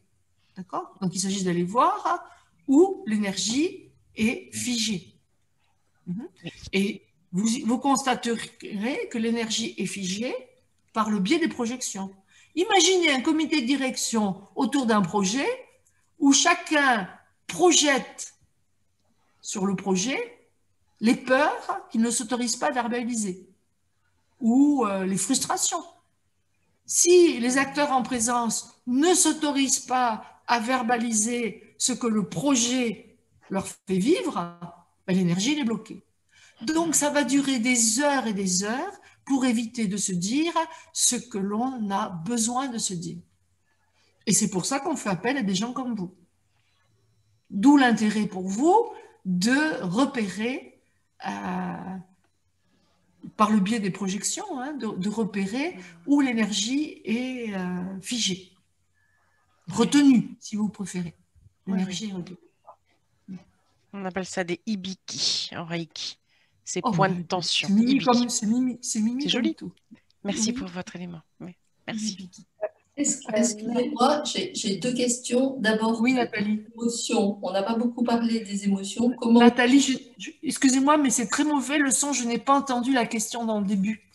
Oui, je voulais savoir les émotions. Comment qu'est-ce que vous en faites? Comment vous les traitez? Comment ça vient dans votre accompagnement? Oui. Ok. Et puis, par ailleurs, et la deuxième, c'est est-ce que vous pouvez nous donner des exemples précis de projections que vous avez rencontrées dans vos accompagnements? Oui, volontiers. Alors, la première question, qu'est-ce que je fais des émotions? Ben déjà, je fais la distinction entre les émotions psychologiques et les émotions organiques. Déjà. Parce que l'être humain, il a à sa disposition des systèmes d'alerte. Hein, la colère en fait partie, et la colère, c'est quelque chose qui est naturel, c'est un mécanisme naturel pour accompagner la frustration. La tristesse, c'est un mécanisme naturel pour accompagner la perte. La joie, c'est un mécanisme naturel pour accompagner le bonheur, on va dire ça comme ça. Et la peur, c'est un mécanisme naturel pour aller accompagner le danger. Donc ça, tant qu'on est dans des émotions organiques, ça peut nous rendre intelligents. Sauf que nous avons pris cette fâcheuse habitude de mettre toute notre attention dans ce que j'appelle les émotions psychologiques. Qu'est-ce que c'est qu'une émotion psychologique? Eh bien, par exemple, c'est quand j'ai peur d'aller demander une aide. Il n'y a pas une adéquation entre l'émotion et la réalité du champ, la réalité objective. Je me mets en colère parce que la tasse à café du petit déjeuner du matin n'a pas été mise dans le lave-vaisselle. Là, vous avez un delta entre une tasse à café qui n'a pas été rangée et puis la décharge émotionnelle. Donc, dès que vous avez un delta entre la réalité factuelle et la décharge émotionnelle, vous savez que vous êtes dans des émotions psychologiques. Voilà. Et j'insiste pour dire que ces émotions organiques, elles font partie de nos instincts. Voilà. Faut-il encore avoir un corps pour les sentir? Mais si vous êtes sans arrêt logé dans votre tête, c'est sûr que tout devient psychologique. Il faut savoir qu'avant que n'apparaisse l'émotion, il y a eu une sensation. Mais dans le comment nous avons été élevés, notre pensée va s'emparer de la sensation, va en tirer une déduction ou va l'interpréter, et ça va donner naissance à une émotion psychologique. Donc, moi, je suis très claire. Quand on parle d'intelligence émotionnelle, de quoi parle-t-on?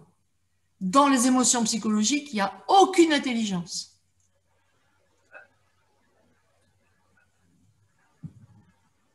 J'ai répondu à la première question? Oui, vous disiez les sensations. Au début, il y a une sensation qui déclenche cette émotion psychologique. Non, non, c'est pas ça que je dis. Alors, je n'ai pas bien compris. Organique. Je dis que au départ, il y a une sensation. Je ne sais pas, moi, si je passe sur un passage à niveau et que je vois le TGV arriver, je peux vous assurer que là, c'est organique. Hein. Vous êtes vraiment en danger et vous avez des décharges électriques dans le corps qui font qu'instinctivement, vous appuyez sur la pédale de l'accélérateur pour vous tirer de ce mauvais pas le plus vite possible. Nous sommes d'accord? D'accord. Cette sensation, elle est... imaginons hein, que je sois tétanisée parce que je vais passer un examen demain. Là, vous êtes pris au piège d'une émotion psychologique. Vous avez des angoisses, vous avez peur de ne pas être à la hauteur, de ne pas y arriver, d'avoir la feuille blanche, tout ça. C'est purement psychologique. Mais avant que cette émotion psychologique ne soit là, il y avait une sensation. Cette sensation, elle n'a pas été mise en conscience, ou elle l'a été très peu. Par exemple, où tout de suite, je vais interpréter la sensation. Et c'est parce que j'interprète la sensation avec la pensée que je vais créer une émotion psychologique. Donc, je passe de l'instinctif, de l'intelligence sensorielle, à quelque chose qui est pensé. C'est plus clair, Nathalie? C'est plus clair. Oui, oui, merci. Et je vais en tirer. Je comprends mieux. Voilà, par exemple, vous avez un client qui vous dit, voilà, j'ai le cœur qui s'est... j'ai entendu ça, j'ai le cœur qui s'accélère. D'accord? Bon. Le cœur qui s'accélère, c'est une sensation qui reste organique. Voilà. Tout de suite, il y a une peur psychologique, il y a une interprétation qui va se faire. Il y a quelque chose qui ne va pas. Mon cœur s'accélère, là, je pense qu'il faut que j'aille consulter. D'accord? Tout de suite. Et là, on se fait peur. Vous avez plein de gens autour de vous qui font ça, qui se font peur tout le temps, parce qu'ils interprètent leurs sensations. Et ils interprètent leurs sensations en fonction de ce qu'ils pensent, pas en fonction de ce qu'ils vivent. C'est pour ça que vous avez plein de techniques des peuples premiers qui reviennent au cours du jour, qui sont des techniques qui consistent à plonger dans la sensation. C'est très intéressant parce que ça ne s'est pas perdu, ça. Ça revient au goût du jour. Comme si nous avions besoin aujourd'hui collectivement de retrouver les sensations vivantes pour s'affranchir de ce qui, des sensations, enfin de la pensée qui nous agrippe. D'accord?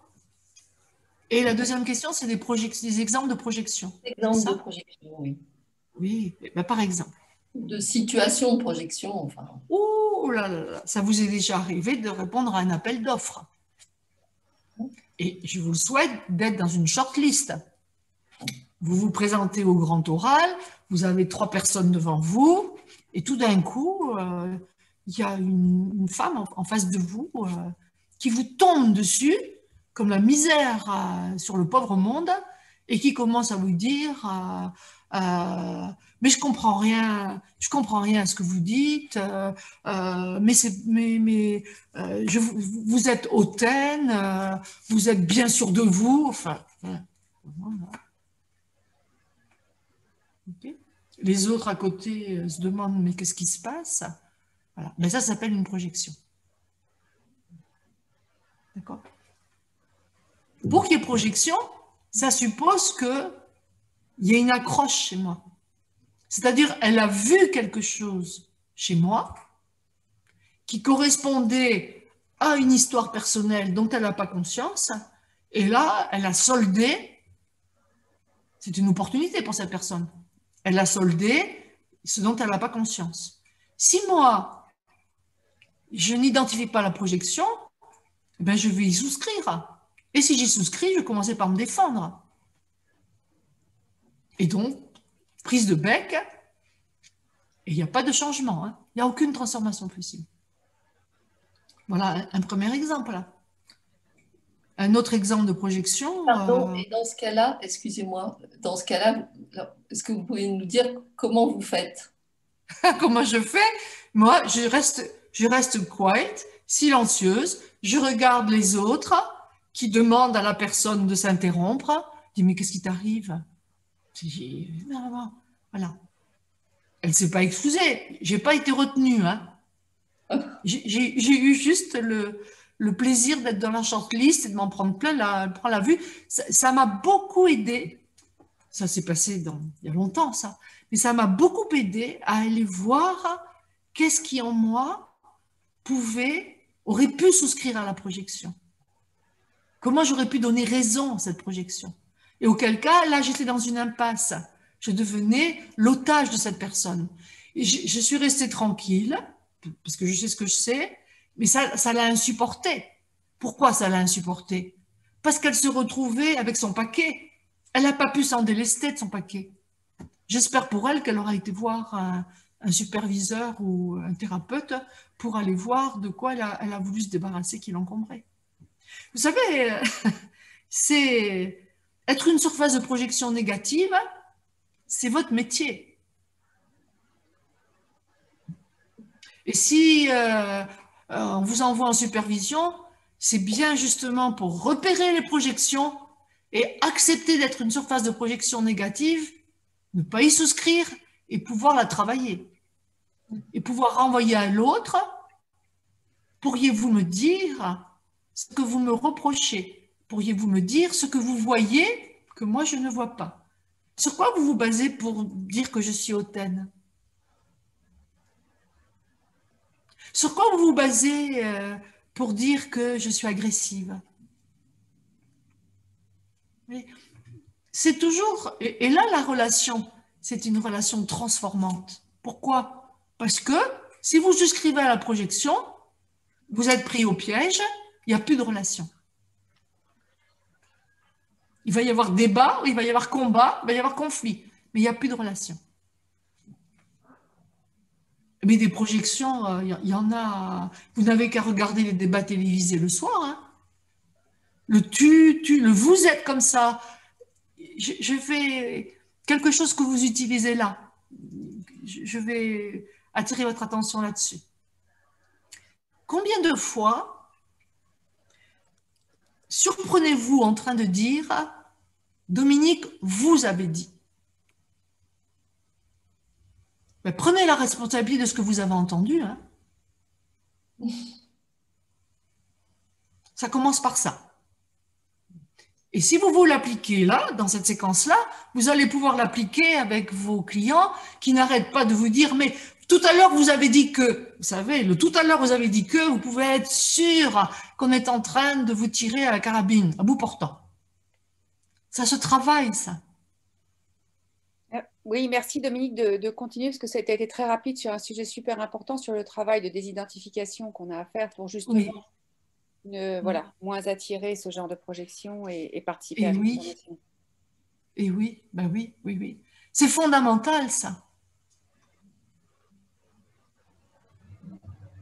Donc, des exemples de projection, je peux vous en donner beaucoup. Il faut savoir que dans votre métier d'accompagnateur, de coach, eh bien, vous êtes une surface de projection et je trouve que les écoles qui forment au coaching ne mettent pas suffisamment l'accent sur les éléments transférentiels qui se jouent dans une relation de coaching.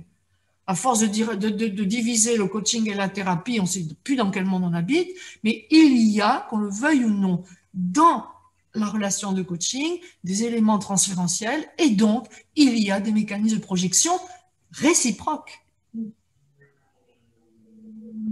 Donc vous avez à prendre la responsabilité de ce que vous projetez sur le client, hein, et vous avez la responsabilité de le faire travailler sur ce qu'il projette sur vous.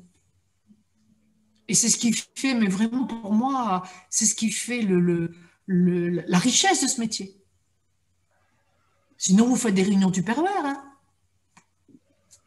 Il y a des petites madeleines, et puis tout le monde il est content, mais il n'y a pas de transformation.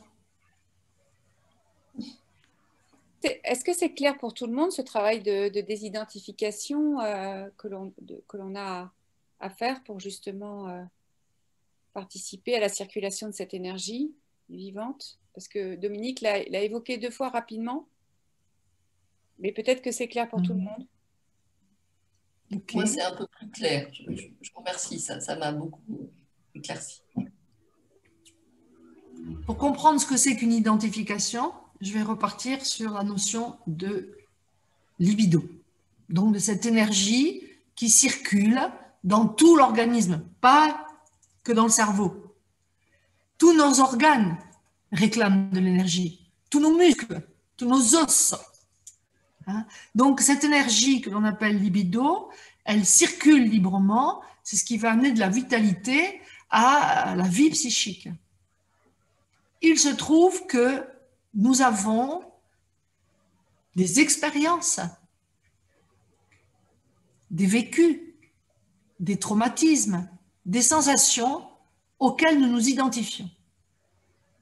C'est-à-dire que pour avoir de la consistance, nous allons nous identifier à nos traumatismes, nous allons nous identifier à nos comment on appelle ça, à nos vécus, nous allons nous identifier à nos histoires, nous allons nous identifier comment dire, à nos traumatismes. Alors plus ils sont précoces et plus on est identifié, bien sûr. Et ça va donner une consistance à ce que j'appelle le moi identifié. Mais le moi identifié, c'est un fantassin. C'est une collection, c'est une mémoire historique, relationnelle, sensorielle, expérientielle, qui fait foi et qui finit par fonctionner comme un impératif interne. C'est ce que l'on appelle les schémas intrapsychiques. Et ces schémas intrapsychiques, c'est autant de barrages à la circulation de la libido. Donc, plus votre moi-je est consistant, moins la libido peut circuler. Et plus le moi-je est consistant, plus la psyché est dévitalisée. Mais par contre, le moi identifié, il est prospère. Et c'est un véritable tyran, ce moi identifié. Parce qu'il vit dans des cases, il ne sait pas ce que c'est que la conscience, il ne sait pas ce que c'est que la sensation. Il ne connaît que l'histoire. Est-ce que c'est plus clair comme ça?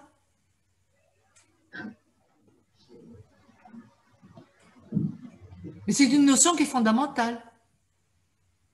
Et vous voyez, moi, je vois dans mon expérience combien j'ai accompagné de patrons qui me sollicitaient pour pouvoir partir à la retraite, pour pouvoir lâcher, et pour qui c'était impossible de lâcher.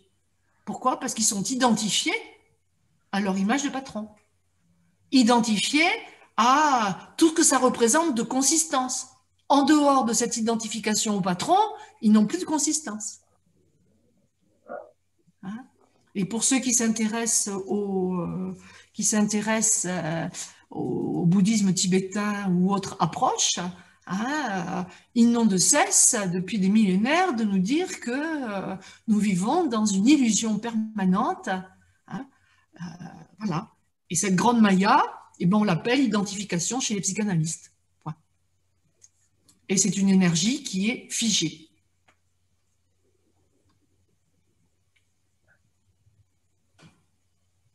Charlotte, vous voulez poser une question? Parce que je vois que vous êtes avec un petit cadran vert, donc...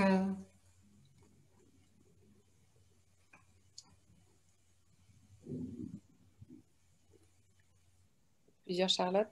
C'est moi, Charlotte? Il n'y a pas d'autre Charlotte? Non, j'ai oui, pas de question. Parce que vous êtes dans une petite vignette vert lumineuse, alors pour moi, c'est... je ne sais pas pourquoi, mais non, malheureusement, je n'ai pas de questions à poser parce que je viens d'arriver, je voulais tellement y assister, mais j'ai été prise par un coaching de codir un peu trop long. Voilà. Bon, donc, je ne fais qu'écouter. Je voulais au moins vous voir. Oh, ça vous plaît ce que vous voyez? J'aurais aimé entendre plus longtemps. Ah, je sais que tu l'as enregistré, Fabienne? Oui, bon, oui, voilà, c'est enregistré. Avec quelles questions êtes-vous arrivée, Charlotte, alors? Questions? Pas grand-chose pour l'instant, honnêtement. Laissez-moi émerger. J'aimerais que vous posiez 2-3 questions et mes questions arriveront. Là, j'ai sauté d'un endroit à un autre. Voilà. Et du coup, elle n'a pas encore fait la transition entre les deux mondes.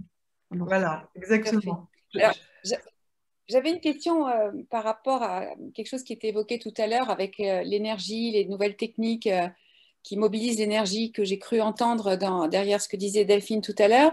Et on était à un moment où on parlait de soutenir en fait et de réouvrir en fait à cette circulation d'énergie en nous et autour de nous. Et il y a quelque chose moi que j'ai appris de toi et que j'exerce et peut-être que ça pourrait être intéressant d'en parler.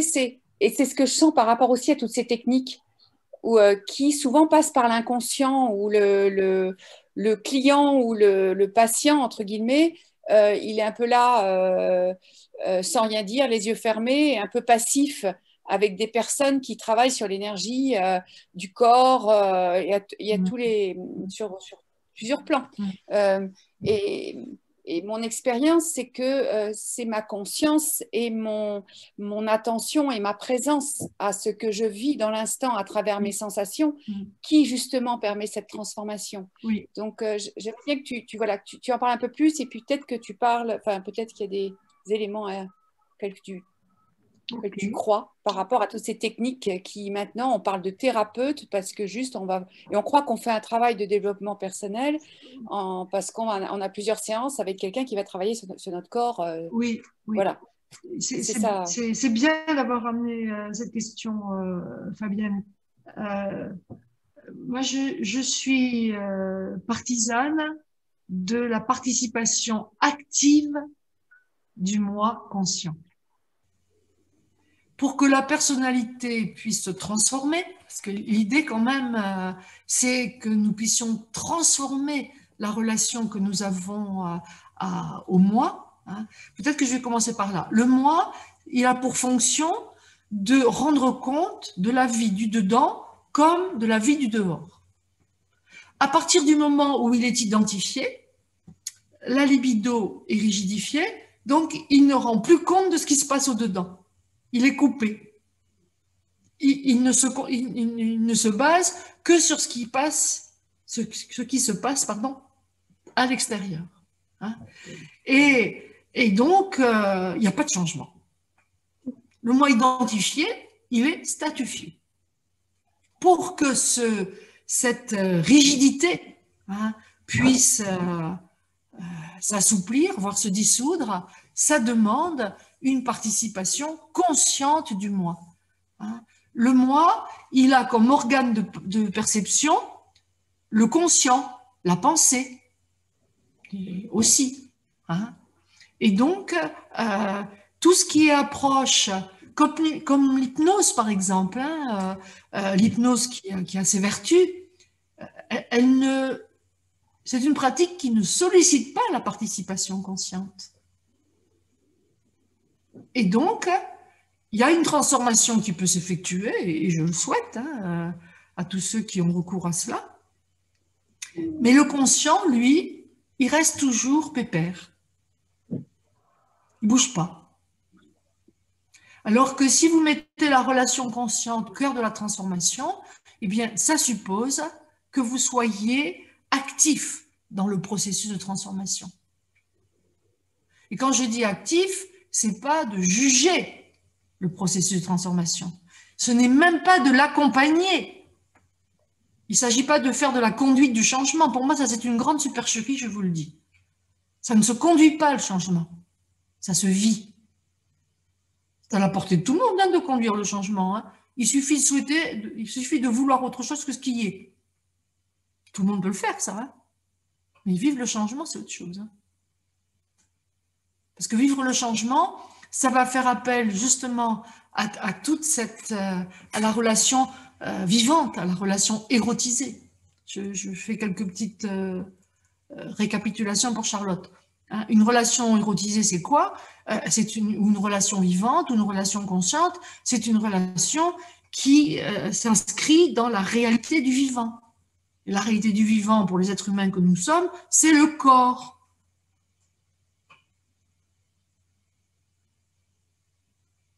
Et que soit le moi conscient,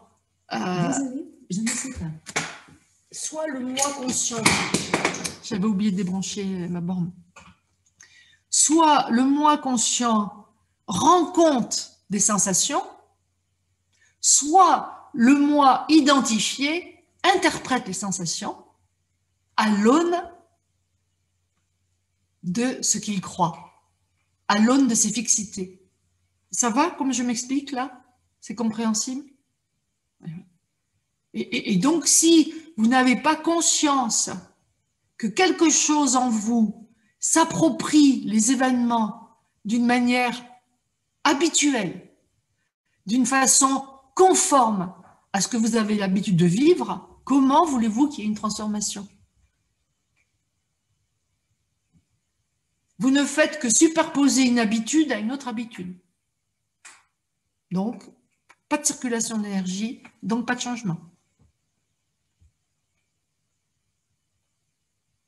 Donc, la participation consciente, et c'est votre métier, quand je vous sollicite, quand je vous ai proposé tout à l'heure de solliciter votre client sur en quoi il contribue à la situation qui lui déplaît, je demande une participation consciente. Hein.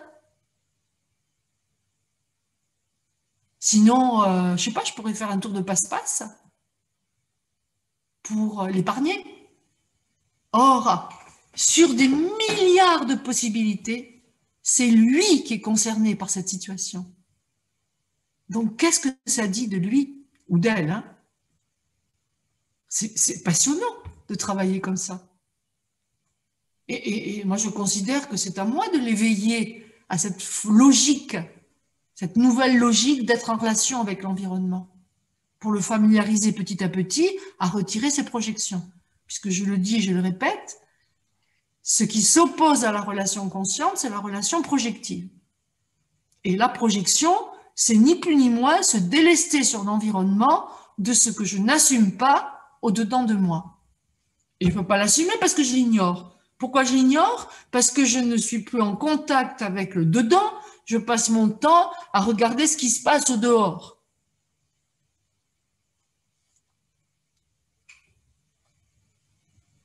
Est-ce que j'ai répondu à la question, Fabienne? Oui, super. Oui, pour moi, c'est bon. C'est pour vous aussi. C'est éclairant. Oui, Christine. Christine. Oui, merci beaucoup Dominique, c'était extrêmement éclairant. J'avais une question par rapport à des nouvelles techniques de coaching qui nous arrivent des pays anglo-saxons et qu'on appelle l'embodiment, c'est-à-dire travailler à partir du corps. Et il y a de très très belles pratiques à partir du corps, comme le Social Presencing Theatre par exemple. Moi, ce qui m'est venu là en vous écoutant, c'est que finalement, on peut tout à fait lever les projections en encourageant notre coaché à travailler à partir du corps et des sensations du corre et des mouvements du corps. Oui. Est-ce que vous le pratiquez? Est-ce que vous le faites? Moi, je pratique ce que j'appelle le voyage sensoriel. J'ai été pomper ça dans les peuples primitifs, mais je n'en ai pas fait des mots anglais, comme ceux que je viens d'entendre. Voilà. Hein. Et donc, dites-vous que ça existe de longue date, que c'est très salutaire de reconnecter avec cette intelligence du corps. Parce que c'est le corps qui va vous dire où vous êtes. Alors que la culture dominante a pour seule préoccupation de répondre à la question qui suit. Or, il n'y a pas de réponse. Oui, merci, parce que je trouve qu'il y a quand même vraiment un danger quand on a un client qui est dans son moi identifié très fort et donc il est dans la pensée tout le temps et c'est parfois pas évident d'essayer de le sortir de ça en lui posant des questions, ce qui va le ramener aussi à la pensée. Donc, ça peut faire des recadrages effectivement intéressants, mais je trouve que c'est très intéressant d'un point de vue énergétique de changer, c'est-à-dire d'aller à différents niveaux et d'énergie et d'aller à différents endroits du corps. Voilà. Eh ben, à vous, prenez la responsabilité de lui proposer. C'est ce que je commence à faire. Ben voilà. Quand je pose une question, bien sûr que je le sollicite dans la pensée, le client, et je respecte ça parce que vous aurez, à 100% du temps, vous aurez en face de vous des patrons qui savent penser. Donc, c'est leur clé de contact avec l'environnement. Donc, ça se respecte. Et à vous de leur faire découvrir qu'il y a autre chose qui est à leur disposition. Voilà. C'est plus dur et ça demande… Non, c'est pas plus dur. Christine, quand je vous entends dire c'est plus dur, là, vous êtes en train de projeter votre difficulté sur le client. Attention. Ah oui, non, je parle de plus dur pour moi. C'est plus dur pour moi, effectivement, clairement. Merci. Et voilà, je pense que ce sera intéressant pour vous d'aller explorer ce que ça veut dire plus dur pour moi. Merci Dominique, c'est précieux. Merci Christine.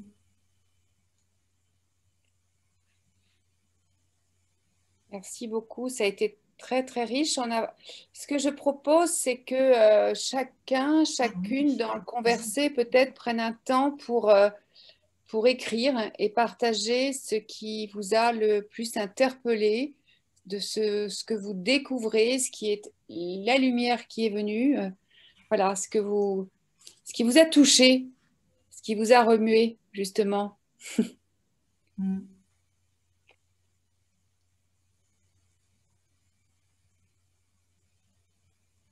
Pendant que peut-être s'il y a encore une question, mais de commencer doucement à réatterrir, c'est en prenant le temps de vous rassembler.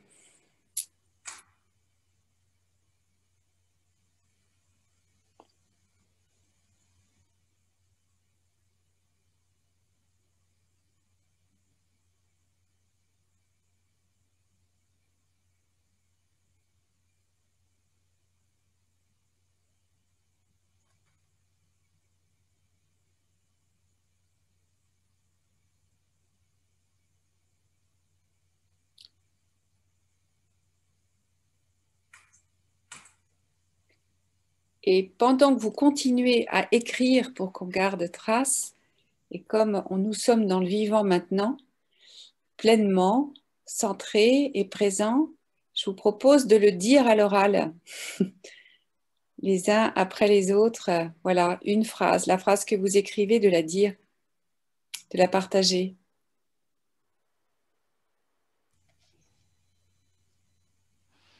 Moi, je veux bien, Delphine. J'ai écrit, j'ai senti au plus profond de moi, de mon être, la vie circuler quand Dominique partageait et je me suis sentie vivante. Comme il y a longtemps que ça ne m'était pas arrivé à ce point-là. Merci. J'ai peu participé, mais j'ai bien écouté en revanche. Et ce que je voulais dire, c'est que tout, en fait, m'a vraiment bousculée, dans le sens où c'est des sensations plus qu'autre chose, mais de fourmillement, de sentir exprimer un territoire que je ressens depuis longtemps et que j'avais du mal à exprimer, ou en tout cas, voilà, dire, et l'entendre dire m'a fait... oui, c'est ça, m'a rendue aussi plus vivante. Voilà. Je vous remercie beaucoup. Merci.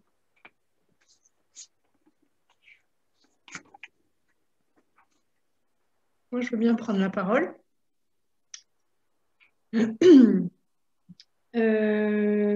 J'ai eu du mal au début à rentrer dans la compréhension de ce qui était dit.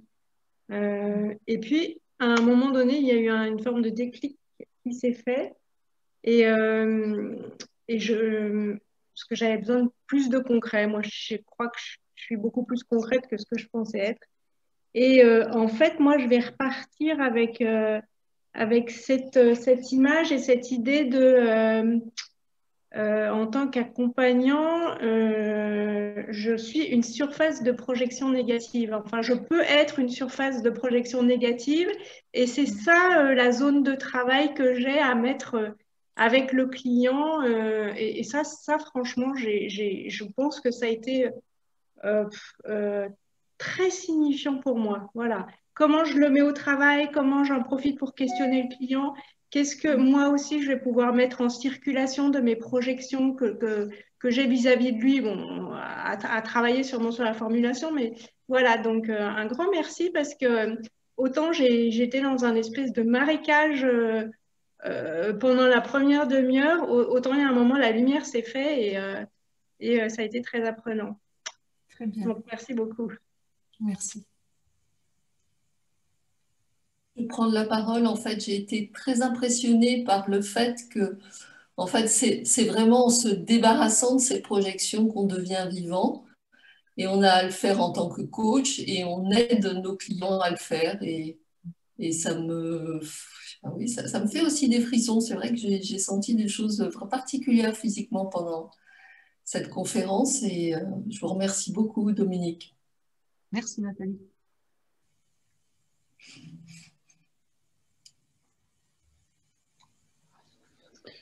Moi, je me sens très vivant et pensif. Je pense que les deux sont quand même possibles. On peut penser et être vivant. Oui. Mais on le sent bien. C'est bien ça, d'ailleurs. C'est tout en pensant la tête, on sent que ça bouge dans le corps. C'est super, en fait.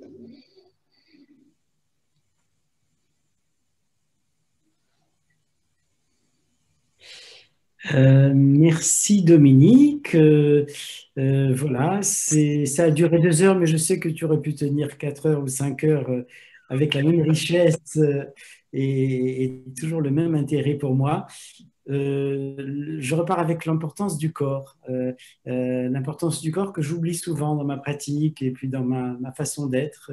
Et c'est un puissant émetteur et récepteur. Oui. Utile dans notre métier. Merci beaucoup. Merci Yair.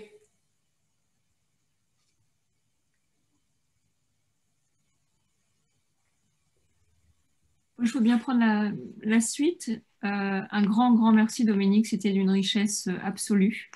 Moi, c'est venu me chambouler sur plein de points, sur effectivement le soi avec soi. Enfin, moi, ce que je retiens, c'est du soi avec soi et ça parle aussi d'authenticité finalement. Essentiellement, et l'authenticité, elle n'est pas que cérébrale, elle parle évidemment, on doit descendre au niveau du cœur. J'ai noté une phrase que l'on a dite ce soir, la mise en conformité avec les exigences de l'environnement. C'est venu me heurter parce que je me dis que finalement, j'ai comme ça revécu quelques séances de coaching et de tripartite et je me dis que finalement, j'ai cautionné le fait de mettre un coaché en conformité avec les exigences de son N+1. Et là, c'est venu me chambouler et je me dis que le champ des possibles et l'exploration sera pour moi beaucoup plus importante demain. Vraiment un grand merci. C'est venu me chambouler ce soir. Merci à vous, Fabienne. Je vais faire un petit commentaire aussi, Emmanuel. Écoutez, merci parce que je trouve que c'est pas facile de mettre un titre pour une conférence comme ça, parce qu'il y a beaucoup plus de choses que le titre ne peut emporter. N'est-ce pas? Ça a été un sujet. Ouais, j'imagine, effectivement. Parce que du coup, je ne regrette pas, évidemment, vous l'avez compris, de m'être inscrit. Donc, merci parce que je ne vous avais jamais entendu, Dominique. Merci, Fabienne. Moi, j'ai noté beaucoup de choses en termes de cohérence dans l'ensemble. Moi, c'est le mot qui revient, c'est la question de la cohérence et de la mise en circulation, que ce soit corporelle, que ce soit intérieure, que ce soit le lien avec l'extérieur et la relation, qui est important. Et il y a une chose, moi, qui m'a touché plus particulièrement, parce que je pourrais en citer plein, j'en ai souligné plein, c'est la question de fond qu'on a, ce que vous permettez de conscientiser, presque, Dominique, c'est le fait que 99% des gens avec lesquels nous travaillons n'ont pas conscience de leur impact. Oui. Et fondamentalement, c'est aussi ce que vous nous dites aussi à nous, quelque part. Quel est l'impact qu'on peut avoir justement en utilisant en déminant, en identifiant, en désidentifiant toutes les projections qu'on peut avoir quelque part.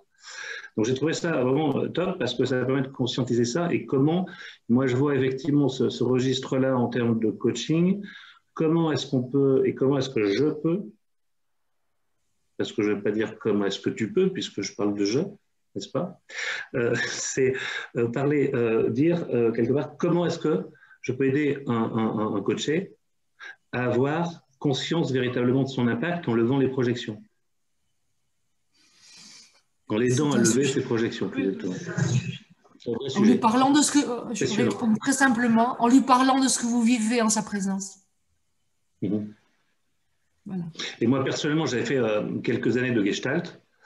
Et c'est vrai que ça aussi, cette dimension du corps, quand on l'utilise de temps en temps en coaching, je suis d'accord, 1000 fois d'accord, pas assez, probablement, pour ma part, mais c'est vraiment un plus évident. Ok, Emmanuel, merci.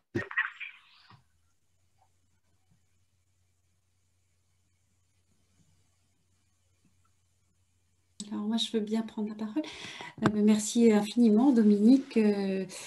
Ça vient approfondir quelques notions que tu nous as déjà partagées en supervision. Donc, moi, j'ai rejoint une supervision récemment. Donc, je suis encore très néophyte sur beaucoup de choses. J'ai l'impression d'avoir beaucoup de boulot. J'avais l'impression d'être très vivante, mais je crois qu'il y a beaucoup de chemin pour l'être beaucoup plus. Et je pense au phénomène de répétition et je ressens en fait assez fortement dans ma vie en ce moment des phénomènes de répétition et peut-être que c'est un indicateur que les choses telles que tu l'indiquais tout à l'heure, des superpositions en fait avec des habitudes qui sont prises et qui, un peu la vie repasse les plats quelque part, hein, tant que le changement ou la d'identification n'est pas véritablement accomplie, ou en tout cas pas suffisamment en chemin. Je retiens beaucoup être plus en contact avec le dehors, passer peut-être moins de temps avec ce qui se avec le dedans, passer moins de temps avec ce qui se passe au dehors. Peut-être un des axes. Oui, c'est le retour à soi dont parlait Fabienne. Oui. Merci infiniment. Merci Anne. Et à tous pour toutes vos questions très, très intéressantes. Merci pour vos partages. Ce que je rapporte là et qui m'a semblé être important, en tout cas qui a été important pour moi et sûrement pour vous, par rapport à la question de départ, c'est que vraiment Dominique, tu nous as apporté de découvrir cette nouvelle logique de relation avec soi, avec l'autre, avec notre environnement, en étant au contact par nos sensations et notre corps à ce qui se mobilise, vibre en fait, et travailler avec ça principalement. Et c'est ça qui est vivant. Et le travail, il est de lever ce qui l'empêche de circuler parce que c'est naturel. Voilà, tu l'as dit rapidement, mais c'est plus porté à bout de bras, mais cette énergie, c'est celle de la vie créatrice qui a son intelligence et qui fait le boulot. Et nous, notre travail de coach, c'est de repérer ce qui empêche cette circulation d'œuvrer et de continuer son œuvre de co-création avec nous. Et puis, il y a cette importance des projections qui fait partie d'une principale obstacle en fait à la circulation de cette énergie et aussi cette conscience qui est là et qui est déjà dans la non-dualité, dans la concomitance comme tu disais, qui avait déjà tout intégré et d'intégrer ces polarités. Et nous, notre travail, tu l'as dit rapidement, mais par rapport à cette désidentification, ce travail quotidien que nous avons à faire, c'est de nous accueillir dans ces conflits intérieurs, d'accueillir toutes ces parts de nous qui sont plaisantes ou moins plaisantes de notre point de vue. Et ça fait partie de cette réconciliation intérieure qui nous permet, qui participe à ce travail de lever du flux de cette énergie, de cette énergie créatrice. Qui remet en circulation l'énergie dont nous avons besoin. Moi, j'ai fait une très belle phrase que j'ai relevée ce matin à votre intention et qui résume très bien ce que j'ai dans la tête avec vous et en permanence. C'est une phrase de Carl Gustav Jung qui dit « La vie non vécue est une maladie dont on peut mourir. »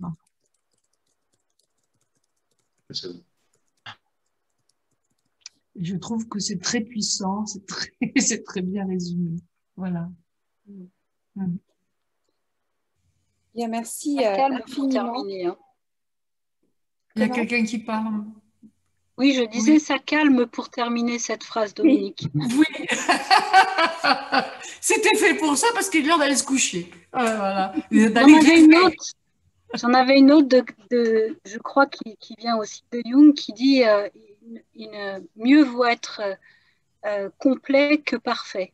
Et cette phrase me guide beaucoup et je retrouvais ça dans toute cette soirée et je trouve que c'est très précieux. Merci beaucoup. Merci Cécile. Oui.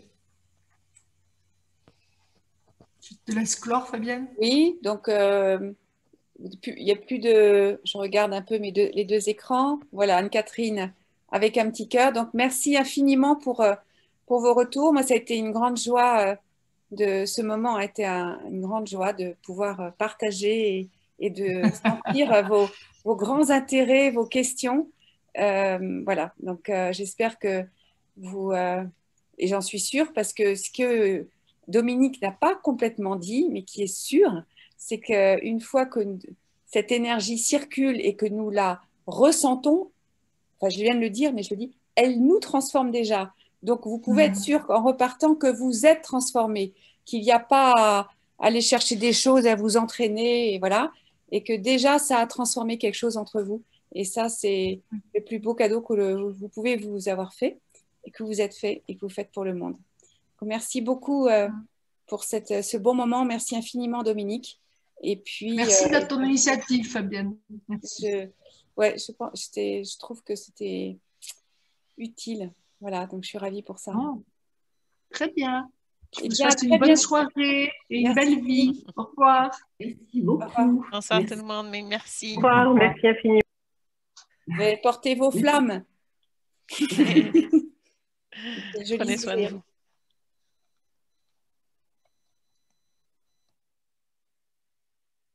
Super.